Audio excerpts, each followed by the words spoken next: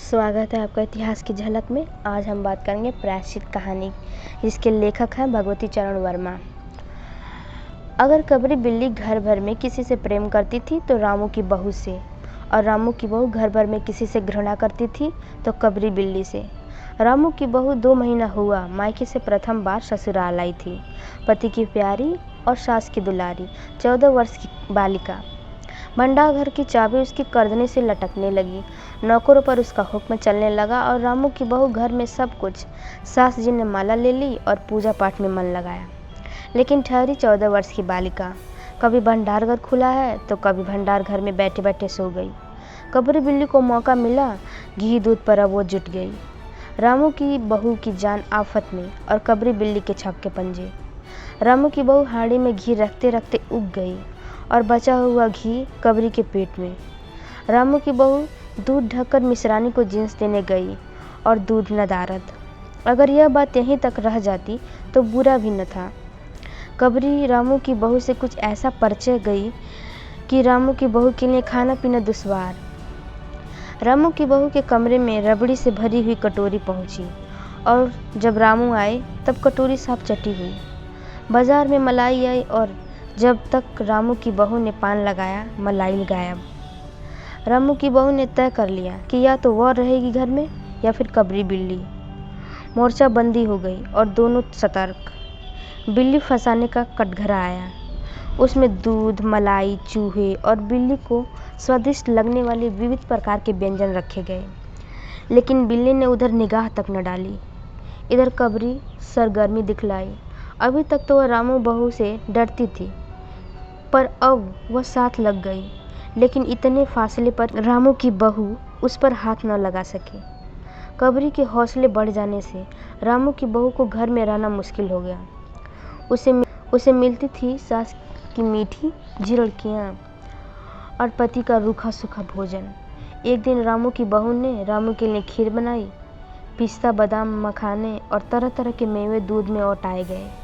सोने का बर्फ चिपकाया गया और खीर से भरकर कटोरा कमरे में एक ऐसी ताक पर रखा गया जहां बिल्ली न पहुंच सके। रामू की बहू इसके बाद पान लगाने लग गई। उधर कमरे में बिल्ली आई, ताक के नीचे खड़ी होकर उसने ऊपर के कटोरे की ओर देखा। सूंघा, माल अच्छा है। ताक की ऊंचाई अंदाजी और रामू की बहू पान लगा रही है। पान लगाकर रामू की बहू सास जी को पान देने लगी। पान देने चली गई और कबरी ने छलांग मारी। पंजा कटोरी में लग गया। कटोरा झंझनाहट की आवाज़ के साथ फर्श पर। आवाज़ रामू की बहू के कान में पहुंची। सास के सामने पान फेंक कर वह दौड़ी। क्या देखती है कि फूल का कटोरा टुकड़े टुकड़े और खीर फर्श पर, और बिल्ली डटकर खीर उड़ा रही है। रामू की बहू को देखते ही कबरी चंपत। रामू की बहू पर खून सवार हो गया। न रहे बांस न बजे बांसुरी। रामू की बहू ने कबरी की हत्या पर कमर कस ली। रात भर उसे नींद न आई। किस दाव से कबरी पर वार किया जाए कि फिर जिंदा न बचे, यही पड़े पड़े सोचती रही। सुबह हुई और वह देखती है कि कबरी दोहरी पर बैठी बड़े प्रेम से उसे देख रही है। रामू की बहू ने कुछ सोचा, इसके बाद मुस्कुराती हुई वो उठी। कबरी रामू की बहू के उठते ही खिसक गई। रामू की बहू एक कटोरा दूध कमरे के दरवाजे की देहरी पर रख कर चली गई। हाथ में पाटा लेकर लौटी तो देखती है कि कबरी दूध पर जुटी है। मौका हाथ में आ गया। सारा बल लगाकर उसने पाटा बिल्ली पर पटक दिया। कबरी न हिली, न डुली, न चीखी, न चिल्लाई, बस एकदम उलट गई। आवाज़ जो हुआ तो महरी झाड़ू छोड़कर, मिश्रानी रसोई छोड़कर और सास पूजा छोड़कर घटनास्थल पर उपस्थित हो गई। रामू की बहू सिर झुकाए अपराधी की बातें सुन रही थी। मिश्रानी बोली, माँ जी, बिल्ली की हत्या और आदमी की हत्या बराबर है। हम तो रसोई न बनाएंगे जब तक बहू की सिर से हत्या न उतरेगी। सास जी बोली, हाँ ठीक कहती हो। जब तक बहू के सिर हत्या न उतर जाए तब तक कोई न पानी पी सकता है न खाना खा सकता है। बहू, यह क्या कर डाला? महरी ने कहा, फिर क्या हो, कहो तो पंडित जी को बुला लाऊं। सास की जान में जान आई। अरे हाँ, जल्दी दौड़ के पंडित जी को बुला ला। बिल्ली की हत्या की खबर बिजली की तरह पड़ोस में फैल गई। पड़ोस की औरतों का रामू के घर में तांता बज गया। चारों तरफ से प्रश्न की बौछार और रामू की बहू सिर झुकाए बैठी थी। पंडित परम सुख को जब यह खबर मिली उस समय वे पूजा कर रहे थे। खबर पाते हुए उठ पड़े। पंडिताइन से मुस्कुराते हुए बोले, भोजन न बनाना, लाला घीसाराम की पतोही ने बिल्ली मार डाली, प्रायश्चित होगा, पकवानों पर हाथ लगेगा। पंडित परम सुख चौबे छोटे से मोटे से आदमी थे। लंबाई 4 फुट 10 इंच और तोंद का घेरा 58 इंच। चेहरा गोलमटोल, मूछें बड़ी बड़ी, रंग गोरा, चोटी कमर तक पहुंची हुई। कहा जाता कि मथुरा पंसेरी खुराक वाले पंडितों को ढूंढा जाता था तो पंडित परम सुख को इस लिस्ट में प्रथम स्थान दिया जाता था। पंडित परम सुख पहुँचे और कोरम पूरा हुआ। पंचायत बैठी सास जी मिश्रानी, किस्नू की माँ, चुन्नू की दादी और पंडित परम सुख जी। बाकी स्त्रियां बहू से सहानुभूति प्रकट कर रही थी। किस्नू की माँ ने कहा, पंडित जी, बिल्ली की हत्या करने से कौन नरक मिलता है? पंडित परम सुख ने पन्ना देखते हुए कहा, अकेले बिल्ली की हत्या से नरक का नाम नहीं बतलाया जा सकता। वह मुहूर्त भी जब मालूम हो जाए, जब बिल्ली की हत्या हुई, तब नरक का पता चल सकता है। यही कोई 7 बजे सुबह, मिश्रानी जी ने कहा। पंडित परम सुख ने पन्ने के पन्ने उल्टे, अक्षरों पर उंगलियां चलाई, मत्थे पर हाथ लगाया और कुछ सोचा। चेहरे पर धुंधलापन आया, माथे पर बल पड़े, नाक कुछ सिकुड़ी और स्वर गंभीर हो गए। हरे कृष्ण, बड़ा बुरा हुआ। प्रातःकाल ब्रह्म मुहूर्त में बिल्ली की हत्या, कुंभी पाक नरक का विधान। रामू की माँ, यह तो बहुत बुरा हुआ। रामू की माँ की आंखों में आंसू आ गए। तो फिर पंडित जी, अब क्या होगा, आप ही बतलावें। पंडित परम सुख मुस्कुराए। रामू की माँ, चिंता की कौन सी बात है, हम पुरोहित फिर कौन दिन के लिए हैं। शास्त्रों में प्रायश्चित का विधान है, सो प्रायश्चित से सब कुछ ठीक हो जाएगा। रामू की माँ ने कहा, पंडित जी, इसीलिए तो आपको बुलाया था। अब आगे बतलाओ कि क्या किया जाए। क्या किया जाए? यही एक सोने की बिल्ली बनवा कर दान करवा दीजिए। जब तक बिल्ली न दे दी जाएगी तब तक तो घर अपवित्र रहेगा। बिल्ली दान के बाद 21 दिन तक का पाठ होगा। चन्नू की दादी, हाँ और क्या, पंडित जी ठीक ही तो कहते हैं, बिल्ली अभी दान दे दी जाए और पाठ फिर हो जाए। रामू की माँ ने कहा, तो पंडित जी, कितने तोले की बिल्ली बनवा दी जाए? पंडित परम सुख मुस्कुराते, अपनी तोंद पर हाथ फेरते हुए उन्होंने कहा, बिल्ली कितने तोले की बनवाई जाए? अरे रामू की माँ, शास्त्रों में तो कहा है कि बिल्ली की वजन भर सोने की बिल्ली बनवाई जाए, लेकिन अब कलयुग आ गया है, धर्म कर्म का नाश हो रहा है, श्रद्धा नहीं रही।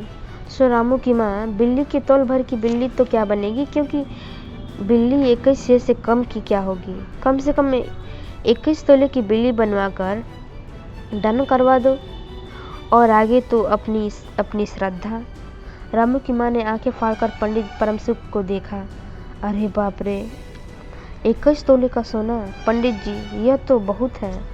तोल भर सोने की बिल्ली से काम नहीं चलेगा। पंडित परम सुख हंस पड़े। रामू की माँ, 1 तोले सोने की बिल्ली, रुपए का लोभ बहू से बढ़ गया है।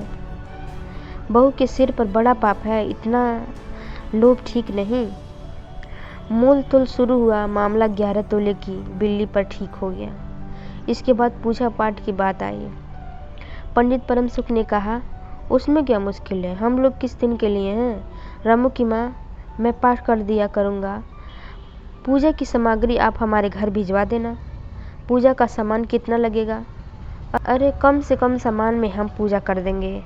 दान के लिए करीब 10 मन गेहूँ, 1 मन चावल, 1 मन दाल, 1 मन तिल, 5 मन जौ और 5 मन चना, 4 पंसेर घी और मन भर नमक भी लगेगा।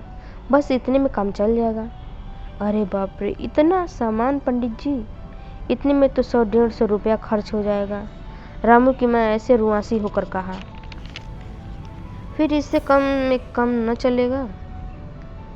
बिल्ली की हत्या कितना बड़ा पाप है रामू की माँ। खर्च को देखते वक्त पहले बहू की पाप तो देख लो। यह तो प्रायश्चित है, कोई हंसी खेल थोड़ी ही है। और जैसी जिसकी मर्जाद प्रायश्चित में, उसे वैसा खर्च करना पड़ता है। आप लोग कोई ऐसे वैसे थोड़े हैं। अरे 100-150 रुपया आप लोगों की हाथ का मैल है। पंडित परम सुख की बातों से पंच प्रभावित हुए। किस्नू की माँ ने कहा, पंडित ठीक कहते हैं, बिल्ली की हत्या कोई ऐसा वैसा पाप थोड़ी ना है, बड़े पाप के लिए बड़ा खर्च भी चाहिए। चन्नू की दादी ने कहा, और नहीं तो क्या, दान पुण्य से ही पाप कटते हैं, दान पुण्य में किफ़ायत ठीक नहीं। मिश्रानी ने कहा, और माँ जी, आप लोग बड़े आदमी ठहरे, इतना खर्च कौन आप लोगों को अखरेगा। रामू की माँ ने अपने चारों ओर देखा, सभी पंडितों के साथ। पंडित परम सुख जी मुस्कुरा रहे थे। उन्होंने कहा, रामू की माँ, एक तरफ तो बहू के लिए कुंभी पाक नरक है और दूसरी तुम्हारे जी में थोड़ा सा खर्च, सो इससे मुंह न मोड़ो। एक ठंडी सांस लेते हुए रामू की माँ ने कहा, अब तो जो नाच नचवाओगे नाचना ही पड़ेगा। पंडित परम सुख जरा कुछ बिगड़ कर बोले, रामू की माँ, यह तो खुशी की बात है, अगर तुम्हें अखरता है तो न करो, मैं चला। इतना कहकर पंडित ने पोथी पत्र बटोरा, बिगड़ो न। मिश्रानी, चन्नू की दादी और किश्नू की माँ ने एक स्वर में कहा। रामू की माँ ने पंडित के पैर पकड़े। पंडित जी ने अब जमकर आसन जमाया। 21 दिन के पाठ के 21 रुपये और 21 दिन तक दोनों वक्त 5 ब्राह्मणों को भोजन करवाना पड़ेगा। कुछ रुककर पंडित परम सुख ने कहा, सो इसकी चिंता न करो, मैं अकेले दोनों समय भोजन कर लूँगा और मेरे अकेले भोजन के लिए 5 ब्राह्मणों के भोजन का फल मिल जाएगा। यह तो पंडित जी ठीक कहते हैं, पंडित जी की टोन तो देखो। मिश्रानी ने मुस्कुराते हुए पंडित जी पर व्यंग किया। अच्छा, तो फिर प्रायश्चित का प्रबंध करवा लो। रामू की माँ, 11 तोले सोना निकालो, मैं उसकी बिल्ली बनवा लाऊं, 2 घंटे में बनवा कर लौटूंगा। तब तक सब पूजा का प्रबंध रखो और देखो पूजा के लिए। पंडित जी की बात खत्म भी न हुई थी कि महरी हाँफती हुई कमरे में घुस आई और अब सब लोग चौंक उठे। रामू की माँ ने घबरा कर कहा, अरे क्या हुआ रे? महरी ने लड़खड़ाते हुए स्वर में कहा, माँ जी, बिल्लू तो उठकर भाग गई। Thank you.